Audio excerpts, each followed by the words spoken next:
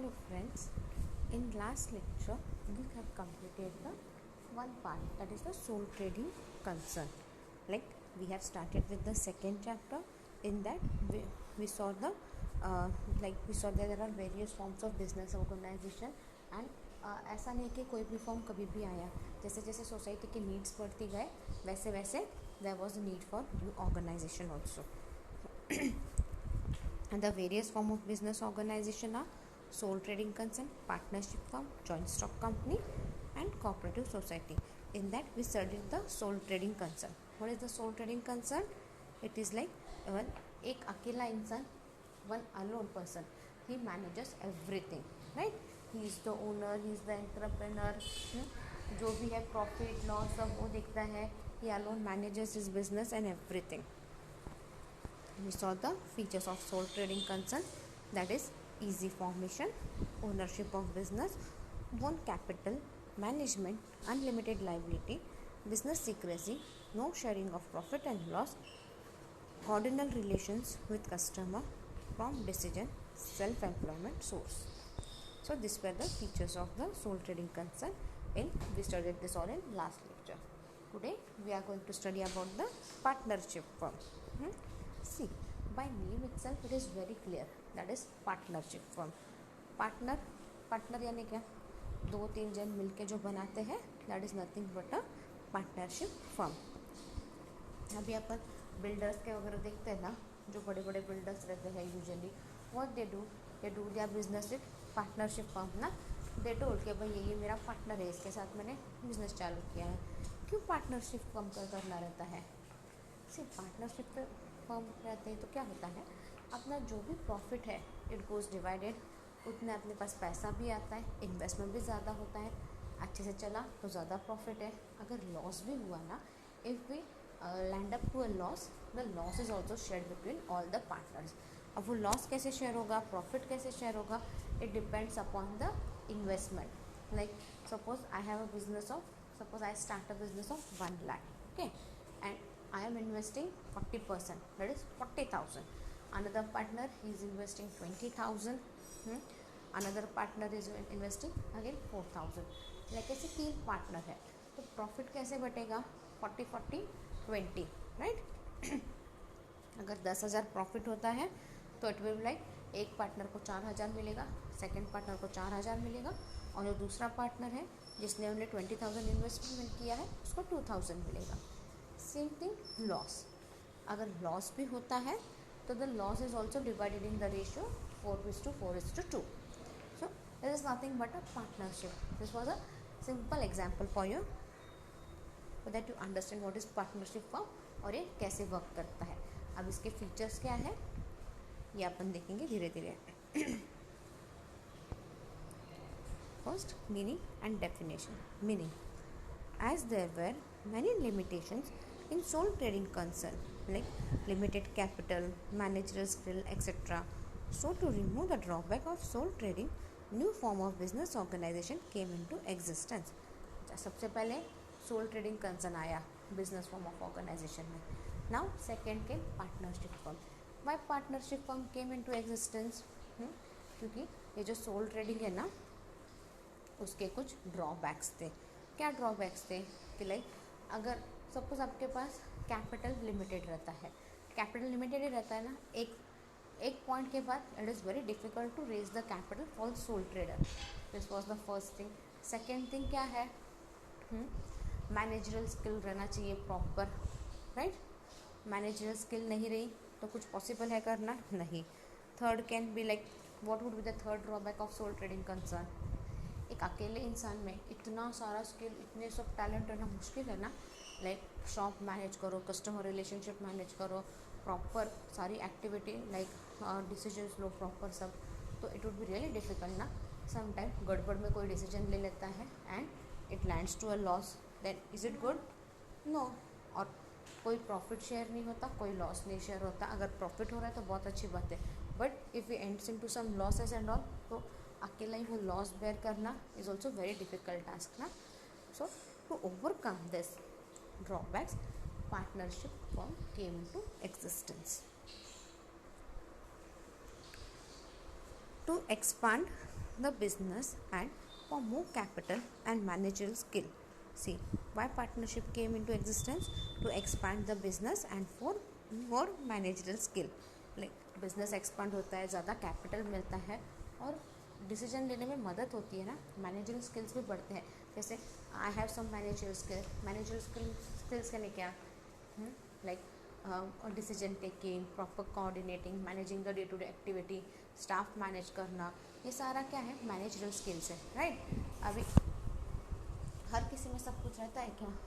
कोई कन्विंस करने में एक्सपर्ट रहता है, राइट. लाइक कोई भी बात के लिए सामने वाले को कन्विंस करना, someone is expert in that. Someone is having very good relationship with customer. तो पार्टनरशिप फॉर्म में सभी अलग अलग ऐसे लोग आते हैं ना, तो मदद हो जाती है. So to expand the business and for more capital and managerial skill, when two और more person come together and conduct the business jointly, it is known as partnership firm. देखो, when two or more person, two or more person, like partnership बोला तो minimum there should be two members. अकेला रहता है तो sole trading होता है.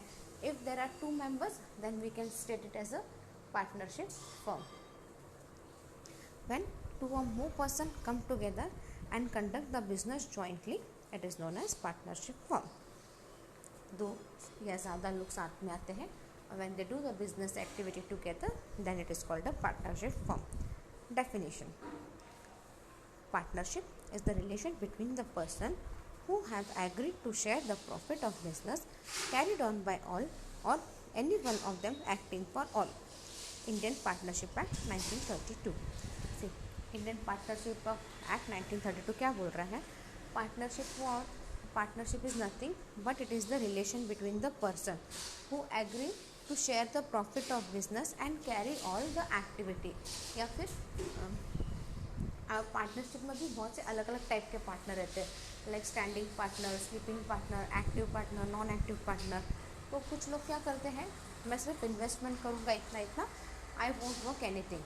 जो भी देखना है, दिस पार्टनर हैज़, ये पार्टनर को देखना है, तू तेरा सारा संभाल, मैं जस्ट इन्वेस्टमेंट करूँगा, मेरे को इतना शेयर चाहिए मेरा. ऐसे भी पार्टनर रहते हैं. तो फिर that's why it is said carried by all और any one of them acting for all. उसका मीनिंग ये है. So this is the Indian, it is as per the Indian partnership act 1932. Two और more than one person with oral और written agreement take collective responsible of the business by establishing partnership firm. See, two or more person, या तो oral agreement रहता है या तो written agreement पे they do an agreement, उसके हिसाब से वो लोग अपनी responsibility लेते हैं and they take up the business activity. That is nothing but a partnership firm. Features of partnership firm: agreement, legal registration, number of partners, lawful business, management, relation between partner, unlimited liability, joint ownership, sharing of profit and loss, and dissolution. Agreement: partnership come into existence due to partnership agreement. अभी partnership कब होती है? जब आप agreement करते हो, right. If you have a proper agreement, if you sign the agreement, तभी आपका पार्टनरशिप कहलाएगा ना. ऐसे ही मुँह से बोल दे कर दे तो पार्टनरशिप रहता है क्या? नहीं. Partnership come into existence due to partnership agreement. Partnership agreement is base of partnership firm. This agreement plays an important role in partnership firm. अगर एग्रीमेंट ही नहीं रहेगा तो आप पार्टनरशिप फर्म कैसे चलाओगे? सिर्फ मुँह से बोल के होता है क्या? हाँ, नहीं होता. मुँह से बोल के कुछ नहीं होता ना. How can you trust? It is very difficult to trust. हाँ, it is very difficult to trust. So here partnership agreement is the basic foundation of partnership firm. For internal working, the agreement among partner is necessary. अब अच्छे से काम करना चाहते हो आप, partnership should go on properly, everyone should work properly, then what are you supposed to do? There should be proper agreement in among the partner, ताकि internal work अच्छे से हो. इसलिए प्रॉपर एग्रीमेंट चाहिए। The terms and condition of partnership are mentioned in partnership agreement. अच्छा, here we are speaking about partnership agreement होनी चाहिए। What is this partnership agreement actually? इस partnership agreement is nothing but इसमें सारे terms and conditions लिखे रहते हैं, like XYZ is the partner and he has invested blah blah blah blah, he has invested this much rupees, so he is liable partner। वो कैसा partner रहेगा? he would be the active partner and he would get उसको इतना इतना share मिलेगा profit में, और loss हुआ तो वो इतना इतना शेयर उसका रहेगा लॉस में, and all everything is written and drafted properly. यहाँ पे सारे टर्म्स एंड कंडीशंस क्लियर रहते हैं इस एग्रीमेंट में। So that is nothing but a partnership agreement. Partnership agreement may be written or oral. Partnership agreement written या oral रहती है, but orally it is not so. Almost 90% it is in the written form. But it is advisable to have a written partnership agreement to avoid the future problem. आगे future में problem ना हो, it is advisable that you have a proper written agreement. In written agreement, the right, duties and responsibilities of partners are clearly mentioned. अब written agreement में क्या है? The right, duties and responsibility of the partner are clearly mentioned.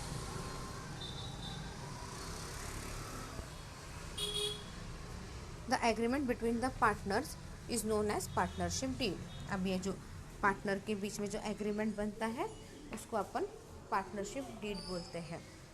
What is partnership deed? Partnership deed is nothing but it is the agreement between the partner. Legal registration. Registration of partner is optional.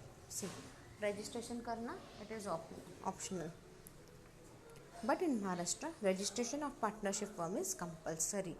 सी, अगर आपका partnership firm है उसको registration करना optional है, but in Maharashtra क्या है? Partnership firm register करना is compulsory. Her state का अपना अपना रूल है पार्टनरशिप फर्म को लेके भी, बट अपने स्टेट में like in Maharashtra state it is compulsory to register. Partners can be registered at register office as per the provision of Indian partnership act 1932। See, partners can register at register office. Partners register कर सकते हैं eight registrar office. जैसे हर चीज़ के लिए office है, जैसे income tax office है हाँ, हर चीज़ का ऑफिस है, डिपार्टमेंट है, उसी तरह पार्टनरशिप के लिए भी एक डिपार्टमेंट है। So you can register the partnership act deed at the registrar office. Written agreement is beneficial. See, written agreement रहा तभी आपको बेनिफिट होगा, जो क्लैशेस रहेंगे ना वो आप अवॉइड कर सकते हो। Number of partners.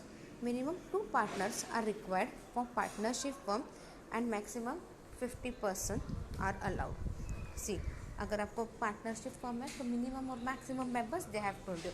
Minimum 2 member लगते हैं, इट इज़ द पार्टनरशिप बोला तो एकदम बेसिक चीज़ है ये।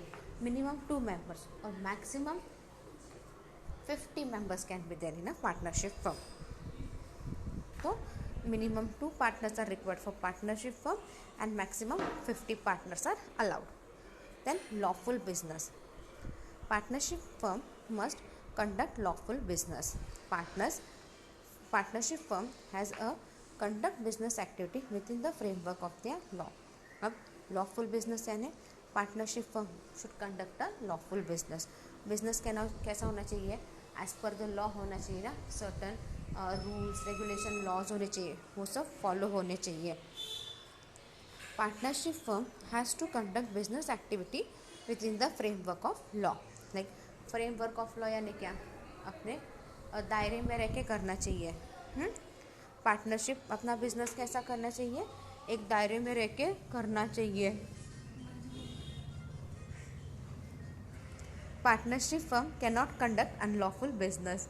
पार्टनरशिप अनलॉफुल बिजनेस नहीं कर सकते। अगर आपका पार्टनरशिप फर्म है, डीड है, सब है, तो आप लॉफुल बिजनेस ही करना है। Unlawful business you are not suppose to do so. Management, the management of partnership is conducted jointly by all the partners. अभी जो मैनेजमेंट ऑफ पार्टनरशिप है वो कैसा है, सब लोग मिलके करना है, राइट। मैनेजमेंट जो भी करना है पार्टनरशिप फर्म का, all partnership take part in it, directly indirectly everyone should be involve in it. अकेला आदमी सब कर सकता है क्या? अगर अकेला ही आदमी सब करना है तो why won't you start with the sole trading concern? तो पार्टनरशिप है तो सब पार्टनर के मिल के काम करना चाहिए। But some partner surrender their rights to other partner for smooth working, but the responsibility of the management is on all partner. But कुछ partners क्या करते हैं कि बाबा मैं रोज़ रोज़ I won't take part in everyday process, everyday decision making process and all, so he surrender his rights, his power to other partner who wants to actually work on it. Okay, तो वो काम करते हैं और बाकी सब क्या करते हैं बाकी। बट ऐसा नहीं कि उसने सारे राइट्स और पावर्स दूसरे को सरेंडर कर दिए, तो ऐसा नहीं कि बाबा उसका कोई पार्टनरशिप में कोई हक नहीं है, कोई पार्ट नहीं है।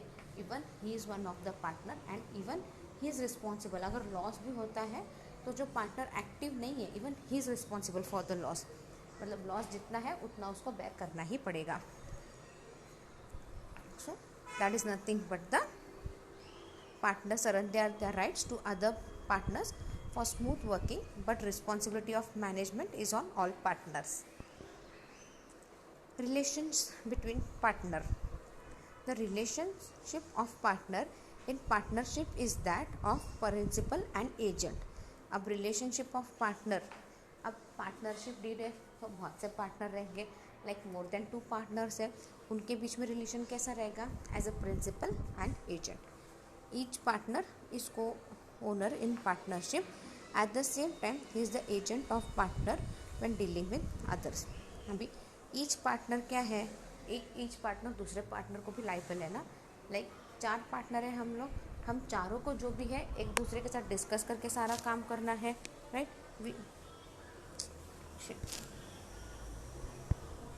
जो भी है हम चारों को डिसाइड करके करना है। Everything we all partner will decide. ऐसा है क्या मैं अकेले ने मैंने सब कर लिया तो हो गया? नहीं होता ना ऐसे। सो जो भी है we all are responsible for the business. So it is said as the relation कैसा है? As a principal and agent. And I am sorry for the inconvenience. Unlimited liability in partnership firm, the liability of each and every partner except minor partner is unlimited, joint and several. अभी partnership firm में क्या है? Liability of each and every partner is unlimited. जैसे अभी बहुत ज़्यादा business में loss हो रहा है तो किसी पार्टनर की अपन ज़मीन बेच सकते हैं, कुछ भी कर सकते हैं, बट माइनर पार्टनर का कुछ नहीं कर सकते। माइनर पार्टनर की कोई ज़मीन या कुछ भी अपन नहीं बेच सकते। माइनर यानी जो अब तक 18 ईयर्स का नहीं है but he is in the partnership, तो उसका ऐसा कुछ नहीं कर सकते। बट ऑल अदर पार्टनर जो भी रहते हैं उनकी लाइबिलिटी अनलिमिटेड लेती है। In case of heavy losses, the private और personal property of partners can be charged for compensation of losses. अभी in case of heavy losses, अगर बहुत ज़्यादा लॉस हो गया है बिजनेस में तो अपन प्राइवेट या फिर personal property of the partner की भी बेच सकते हैं to compensation of the loss करने के लिए। जितना नुकसान हुआ है उस लॉस की भरपाई करने के लिए we can sell the private property या personal property of partners. Joint ownership, all the partners are joint owner of all assets and properties of the partnership firm. Very true, right. अगर मैंने एक बड़ी फैक्ट्री सेट की है with 4-5 partner, तो 4-5 partner क्या है? वो फैक्ट्री के मालिक है ना, हाँ। और वो जो एसेट्स है, प्रॉपर्टीज़ है, उसमें भी सबका हिस्सा है क्योंकि एवरीवन हैज़ कंट्रीब्यूटेड। किसी ने कम किया है, किसी ने ज़्यादा कंट्रीब्यूट किया है। कम ज़्यादा कंट्रीब्यूट, जितना ज़्यादा कंट्रीब्यूट है, जितना कम कंट्रीब्यूट है, उसके हिसाब से सबके रेशियोज़ है। We take out the ratios as per that, तो प्रॉफिट लॉस भी वैसे ही शेयर होता है। एंड अब थोड़ा सा भी आप क्यों ना इन्वेस्ट करो उस पार्टनरशिप फर्म में, you are also the owner of the asset of the company. They use this asset for partnership business. Partners can not utilise asset of partnership for personal use. अभी partners क्या वो personal use के लिए वो property use कर सकते हैं क्या? नहीं।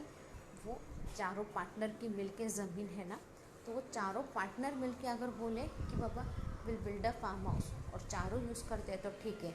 एक अकेला पार्टनर बोलता है भाई मेरा हिस्सा इस ज़मीन में, मेरे को इधर फार्म हाउस बांधना है, बाकी तीनों पार्टनर नहीं बोलते हैं ना, तो वो नहीं बांध सकता वहाँ पे farm house. That is legally wrong. So all the partners are equally, they have assets में उनका भी उतना ही हक है, बट वो खुद के पर्सनल यूज़ के लिए नहीं यूज़ कर सकते।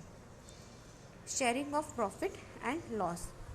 द शेयरिंग ऑफ प्रॉफिट और loss in partnership firm is mentioned in partnership agreement. अभी प्रॉफिट और लॉस जो भी है वो किस पे लिखा हुआ रहता है? पार्टनरशिप एग्रीमेंट में लिखा हुआ रहता है। As I have told you everywhere, मैंने पहले भी बोला था कि पार्टनरशिप फर्म में क्या है, एवरीथिंग इज रिटर्न। आप जितना इन्वेस्टमेंट करते हो उस हिसाब से your ratio is calculated, and I have told you example also for that.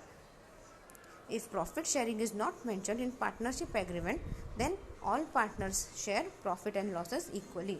अच्छा, अगर आपके पार्टनरशिप एग्रीमेंट में अगर लिखा नहीं है कि बाबा कितना प्रॉफिट कितना लॉस तू शेयर कर रहा है एंड ऑल, तो all the partners get the equal share in profit, and if there is a loss all partners have to bear the loss equally.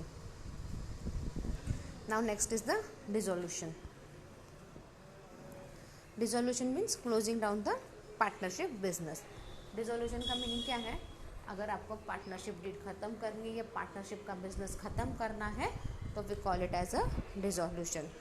The partnership firm dissolves due to death, retirement, insolvency और insanity of any partner. अब partnership dissolve कब हो सकती है?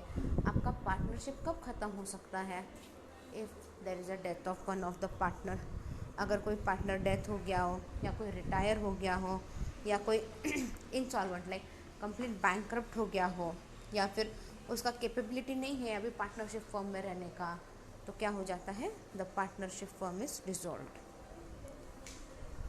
Partnership at will can be dissolved by giving 14 days notice by one or more partner. अब partnership dissolve कैसे होती है? You should be able to give 14 days notice. Prior 14 days notice देनी चाहिए। लाइक मैंने बोला अरे मेरे को कल से पार्टनरशिप फर्म नहीं चाहिए, मैं नहीं ज्वाइन करने वाला, सब कैंसिल कर दो मेरा, ऐसे नहीं होता।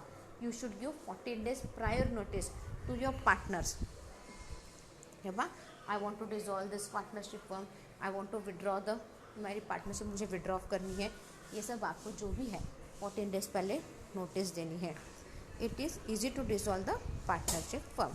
सो पार्टनरशिप फर्म इजीली डिसॉल्व हो सकती है। Now we have ended with the partnership firm. So एक बार फीचर्स फिर से देख लेते हैं so that you learn it right now, क्योंकि ये आपको एग्जाम में कुछ ना कुछ तो इसमें पूरी इस टॉपिक से पूछा ही जाएगा। Like features of partnership firm are agreement, legal registration, number of partners, then lawful business, management, relation between partners, unlimited liability, joint ownership, sharing of profit and loss, and dissolution. So these are the features of partnership firm. Today we end up our lecture here. In next lecture we will study about the joint stock company. If you have any doubt you can mail me on my mail ID. Thank you.